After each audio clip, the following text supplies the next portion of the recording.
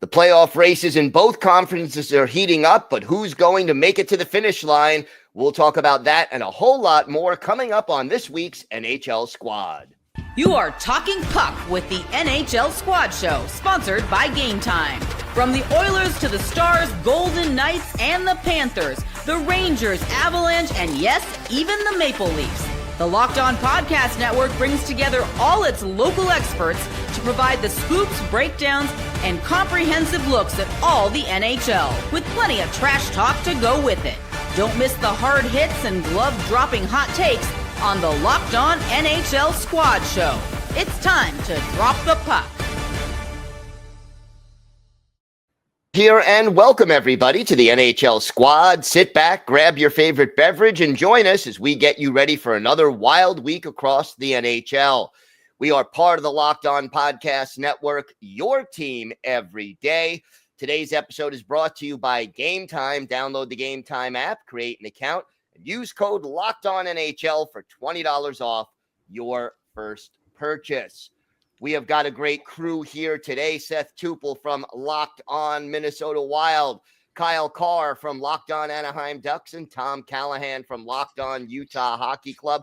Again, I'm the only Eastern Conference guy here. This is becoming a trend. I don't know, but they're all stuck in traffic. That's it. Guys, a little bit of news before we get to the playoff hunt, and this does affect the Western Conference. But your thoughts on the news that the Dallas Stars may not have Miro Heiskanen to start the playoffs this year? That's a big loss for them. They're kind of all over the news with the Mikko Rantanen trade that happened at the deadline, and then their record since has been a little abysmal compared to the teams that Mikko Rantanen used to be on. So that he's such a great shutdown D for that team and can move the puck really well. So that's a big loss for the Stars, especially if they've got Colorado for that first series. Yeah, this is going to be a tricky one for the Dallas Stars, to say the least. And I made the adage, and we're seeing him get close, or at least closer to returning. Miro Heiskanen is one of those players similar to Gabe Landeskog for the Colorado Avalanche, where Dallas is still a very good team, but you're talking about taking a top-tier player off the roster that just takes away kind of that different gear for this Dallas Stars team. And JD and I talked about this on the Tuesday episode of Locked On NHL, in that, you know, the Dallas Stars just had two big tests against Central Division rivals in Winnipeg and Colorado, and those offenses were basically able to do whatever they wanted, and they controlled play for a large portion of those games. Heiskanen would definitely help in that regard to just get the blue line sorted out and back to where everybody is playing in their natural spots, but not only defensively, and maybe even more so. It just, the offense that he brings to the table is just something that you're not going to be able to replicate on that back end for the Stars. And you look at what has happened over the last couple of games, you know, just they had trouble generating shots. He can bring you that element as well. Is it a Dallas team that's going to be able to win a series without him? Sure. Is it going to be much harder for them to do so? Absolutely. I realize that the season isn't over yet. However, I'm going to go ahead and just say it's going to be Dallas, Colorado in the first round. And if the game the other night was any kind of foreshadowing, I mean, look, Colorado's been a puck possession team. They hang on to it. They move it around. They make you chase them. I'm a big believer in defense wins championships.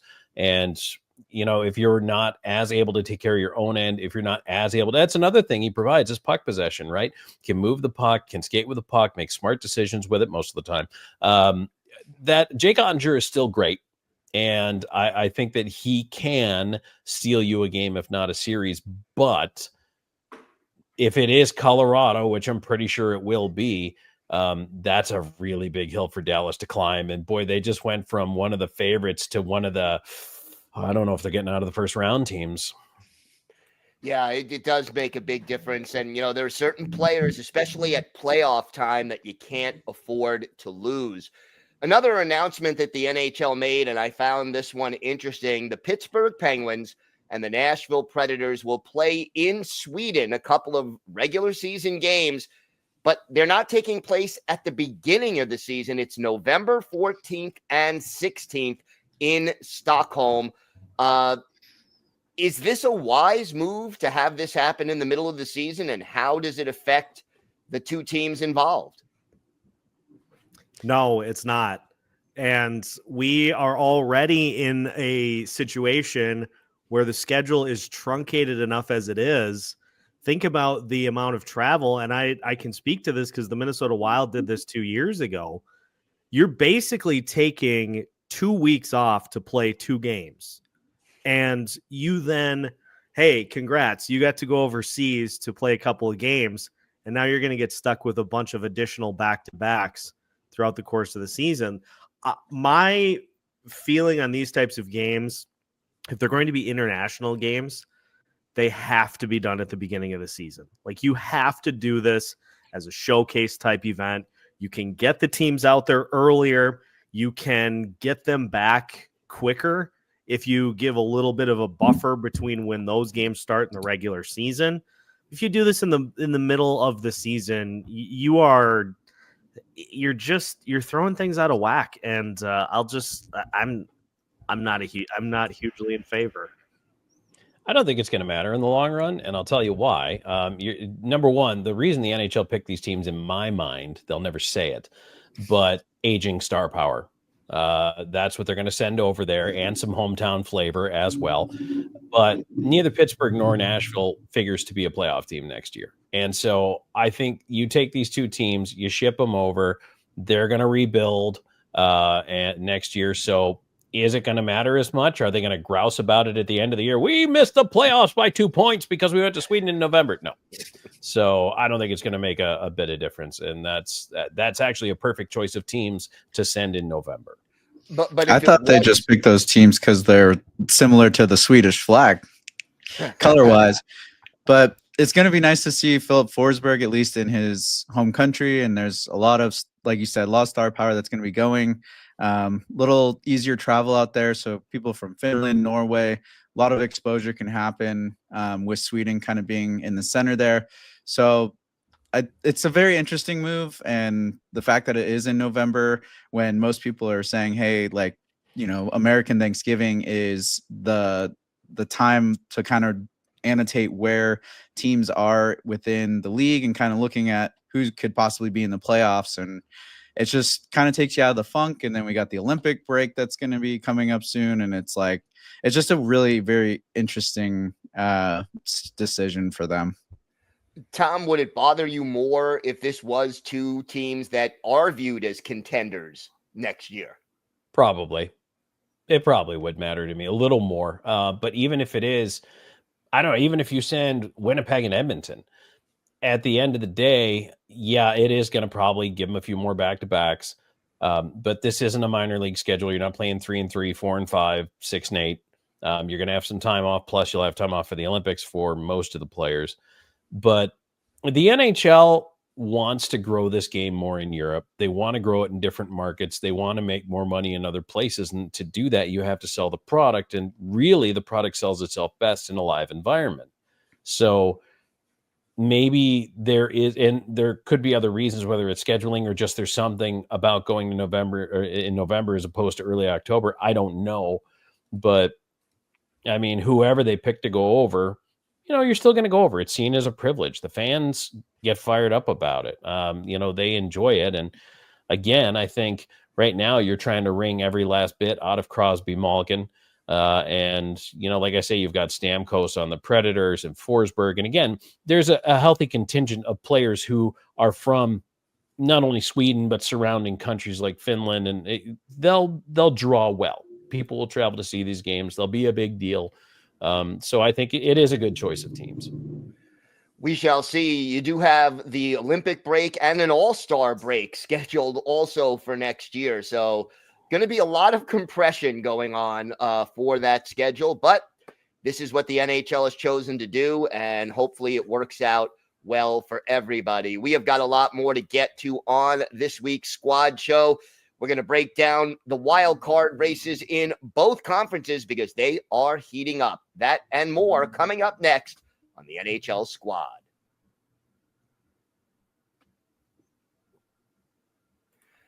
Today's episode is brought to you by Game Time. There's nothing like watching basketball live, the energy of the crowd, the sound of the sneakers on the hardwood, and maybe even a celebrity sighting at courtside. If you want to catch a game in person, Game Time makes getting tickets easier than ever.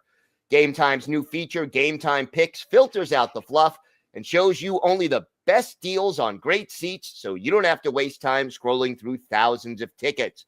I just checked the Game Time app, and there are amazing deals on some huge matchups coming up. So take the guesswork out of buying tickets with Game Time Picks. Download the Game Time app, create an account, and use code LOCKEDONNHL for $20 off your first purchase. Terms apply. Again, create an account and redeem code LOCKEDONNHL for $20 off. Download Game Time today. What time is it? Game Time. Today's episode is also brought to you by Monarch Money. Ever check your bank account and wonder where did all the money go? Well, between dining out, online shopping, and entertainment, it's easy to lose track. That's where Monarch Money comes in, your personal CFO, giving you full visibility and control over your finances. Monarch Money isn't just a budgeting app, it's a complete financial command center. You can track all your accounts, investments, and spending in one place, so you can stop just managing your money and start building wealth. When I started using Monarch, I realized just how much I was spending on food delivery. Now I budget smarter and save more. Instead of juggling multiple apps, you can use Monarch to check your finances, track spending, and even plan long-term goals. So take control of your finances with Monarch Money. Use code LOCKEDONNHL at monarchmoney.com for 50% off your first year. That's monarchmoney.com, code LOCKEDONNHL for half off your first year.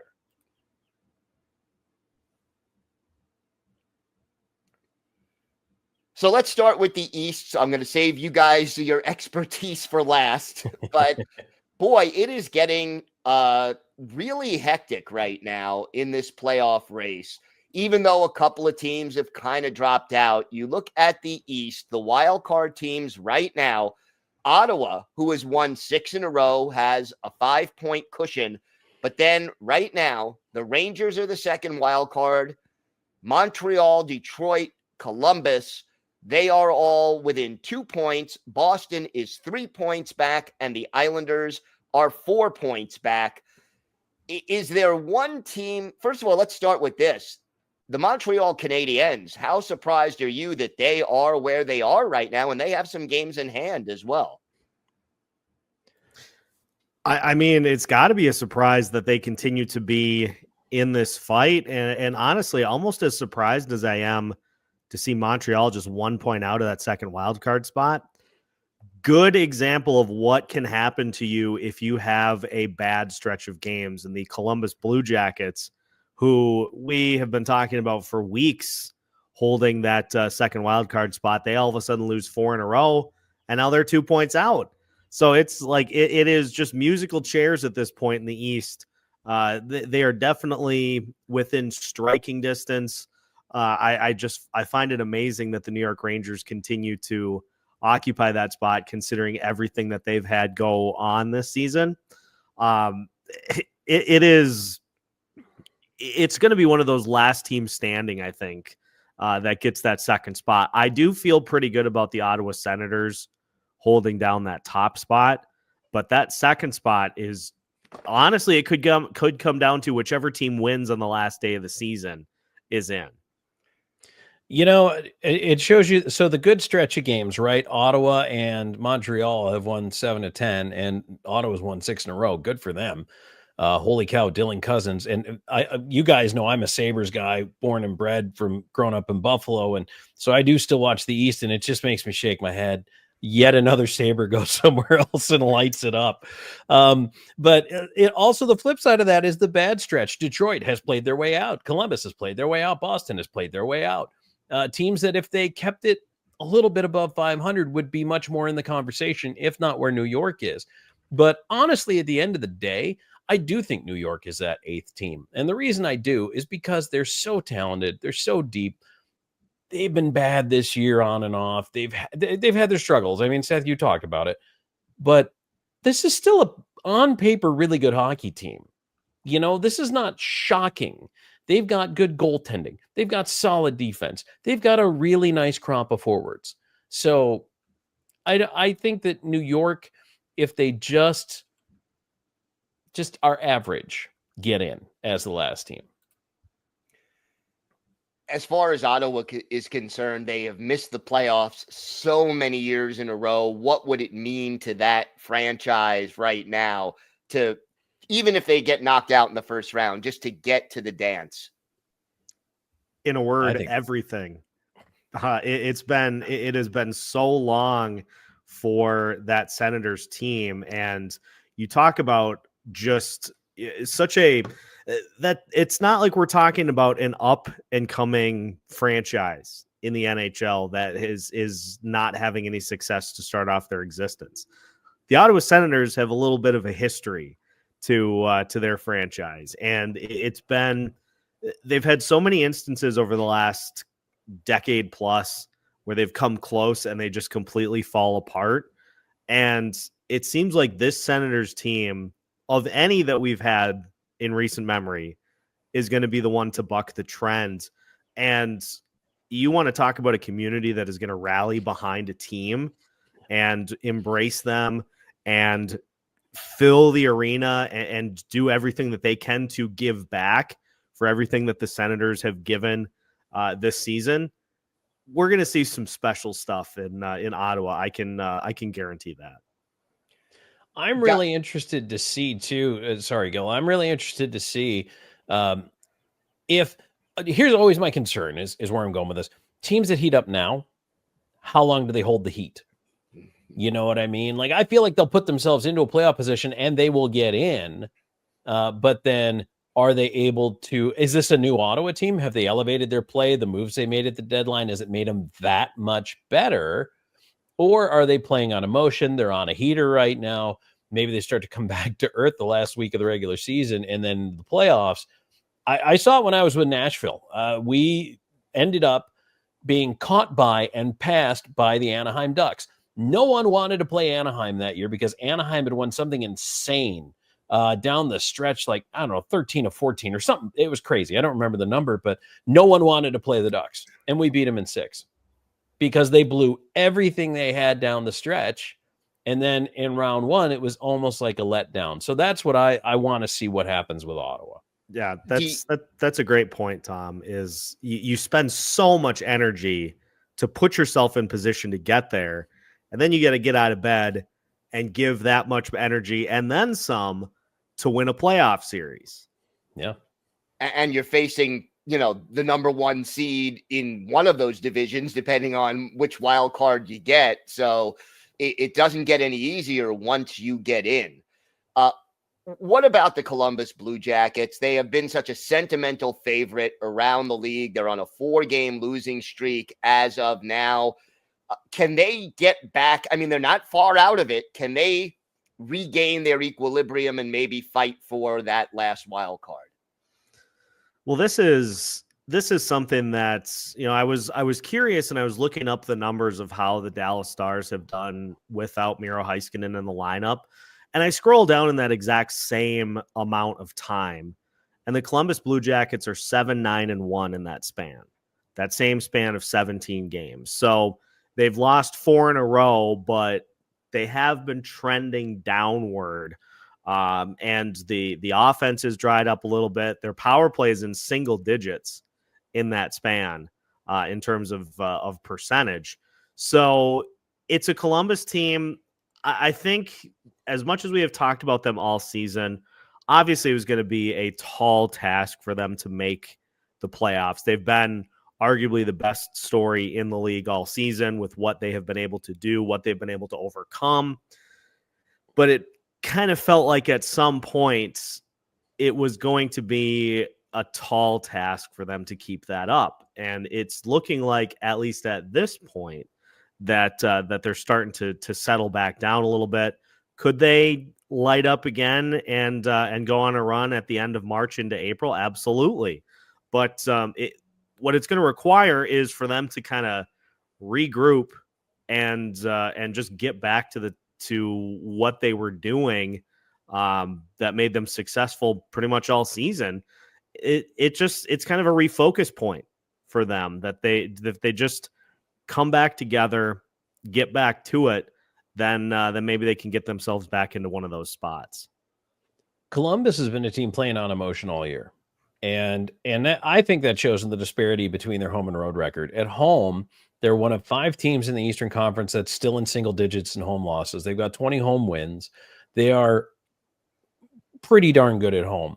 On the road, it's the opposite. They haven't played well on the road. And in this little stretch here, I mean, look, if you win at home and you're 500 on the road, automatic playoff team, right? We're seeing a lot of teams that are opposites this year. They're either good at home, bad on the road, or bad at home, good on the road.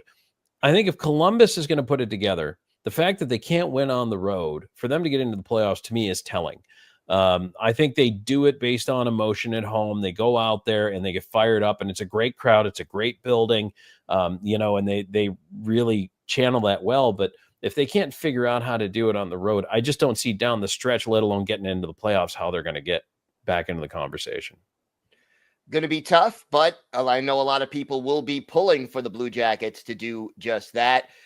We've got a lot more to get to here on the Squad Show. The Western Conference tightening up. It was not so tight earlier. It's getting tight now. It's going to be a fun stretch drive out west. We'll have that coming up next on the Squad Show.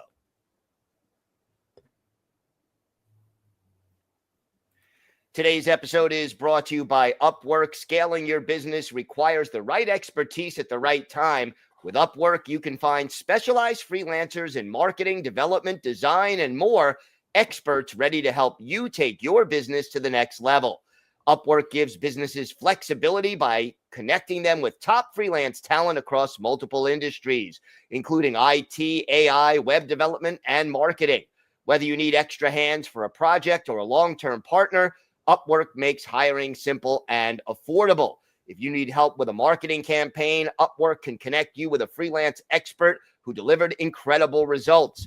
Posting a job is free and simple, and within a day, multiple qualified candidates you'll have to choose from. Instead of hiring full-time, Upwork helps find affordable top-tier freelancers to scale my business efficiently. Visit Upwork.com right now and post your job for free. That's UPWORK.com, Upwork.com to connect with top talent now and grow your business today. The NCAA tournament is here, and so is the Bracket Breakdown. Locked On Podcast Network and Amazon Fire TV channels are teaming up to deliver NCAA tournament coverage like never before. Watch studio shows featuring former players and Locked On's local experts as they guide you through every upset, buzzer beater, and bracket matchup. Stream it all for free on Amazon Fire TV channel. Search Bracket Breakdown to see it all for free. It's your team every day.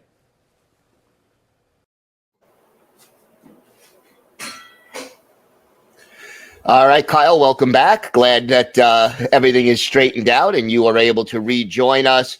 The Western Wildcard race right now, you have 4 teams fighting for that last spot, separated by 2 points: Vancouver, St. Louis, Calgary, and the Utah Hockey Club. Let's start with Vancouver because they're in the spot right now, partially because of the fact that they've played less games. But, can this Canucks team stop fighting with themselves long enough to win enough games to get into the playoffs? Well, I'll tell you what, watching Utah play Vancouver this past weekend and beat them pretty handily at home, Vancouver at home, I mean, I don't know. The Canucks look like a team that was just, they were coming and going with momentum. They were there sometimes. They looked plugged in and engaged, and then all of a sudden they weren't. And I'm talking for half a period at a time. There's something clearly wrong in Vancouver. It's rattling, the buggy is rattling, but are the wheels going to come off? And that's the real question right now. Can they hold it together? I don't know. But I think with so many teams behind them playing well, knocking on the door, like St. Louis and Utah are playing well right now. Calgary's not playing as well, but the Flames are still pretty good, and they have a game in hand, 2 points behind. I don't know. Vancouver might be the first team that falls out of this conversation. Vancouver is a mess, offensively especially. Like you pull it back all the way to the start of 2025, which is a 31 game span, so it's not a small sample size. The Canucks are averaging 2.29 goals per game. That's not a great number. That's not a great number for a team that has playoff aspirations. And it is fascinating to me seeing what has happened to JT Miller since he went to New York, and he looks like he just has a completely new lease on life.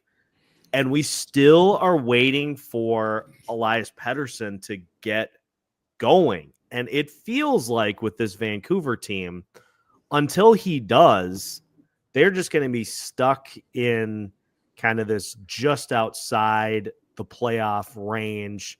I mean, in that same 31 game span, they're 14-3. So it feels like until he's able to elevate and get to that level that Vancouver signed him to be. Now it's certainly not all on him. You got to have that supporting cast to be able to step up and help take some of that pressure off. But it does really feel like as he goes, they go, which unless he really gets on a heater here, it might be tough sledding for them to make that final wild card spot. I don't see how you keep looking at a guy who's been disinterested and clocked out for a major part of the year and saying, hey, buddy, you need to drive the bus. And you're all sitting there in the seats of the bus going, okay, let's go. Hit the gas pedal. Somebody's got to knock him out of the driver's seat, and someone has to step up and be the man. JT Miller was a great candidate to do that, but he's in New York now. So what about Brock Besser? We thought Besser was going to get moved at the deadline. Didn't. Somebody's got to step up. Honestly, not Pettersson at this point. They have to stop looking around that room and waiting for him to do it, because I don't think it's happening. Guys, the Calgary Flames, they almost seem like a one-man team. It's almost all goaltending. Do they have enough to get across the finish line, or do they just lack the team around the great young goaltender that they have right now? Goal scoring's not their forte, right? I mean, they haven't scored enough. That's what it's going to come down to. I don't care how good your goal scoring is. I don't think they have enough offense. Yeah, we're seeing the same problem with the Minnesota Wild, is that you can lean in on defense and goaltending as much as you want. You still have to give the threat of goal scorers on the roster, and it's got to be more than just a couple of guys. If you've got 2 or 3 guys that are your primary scoring targets, the opposing team can lock them down. And until the cast of characters for the Calgary Flames, until a couple of other pieces start to jump in and help, you're going to see 2-1, 3-2, 1-0. Like, they're getting great goaltending, but they are another team in that same span. They're averaging 2.41 goals since 2025 started. And again, not a small sample size. You got to do better than that. The Blues 7-2-1 in their last 10 games. Is this a hot streak, or is this team good enough to get into the postseason? Shades of Stanley Cup run from not too long ago, right? We've seen the Blues do this before. Yeah. Little different cast of characters, but the same goaltender. Yeah, sure they can. They're a different team, but they play the same style. And if they're getting the goaltending and Binnington doesn't melt down, there's no reason they can't be that team. Especially because, and look, obviously Utah is the team that I'm covering. And I felt like if they got into this conversation at this time of the year, that was exactly where they needed to be. And if they overachieved, they'd make it into the playoffs. What I like about Utah is that they beat teams they should, but what I don't like is they lose against teams they shouldn't. And what I see from St. Louis is beating the teams they should and not losing points along the way. They're playing their best hockey right now. It might be a little bit of a case of Ottawa, they'll play well now. They'll get themselves into a spot, and then we'll see what they have once the playoffs hit. But I don't see why St. Louis couldn't be the answer to the question of who gets that last spot. Going to be interesting. Utah, St. Louis, Calgary, Vancouver. Only one can go unless the Wild fall apart entirely, which I know Seth is hoping does not happen. But Stay healthy. We will have our finger on the pulse of this the rest of the way. So make sure you join us for the Squad Show and all across the Locked On NHL network. I'm Gil Martin. Thank you to Kyle Kjer, Seth Toupal, and Tom Callahan for joining us today. Have a great day, everyone, and thanks for listening to and watching the NHL Squad.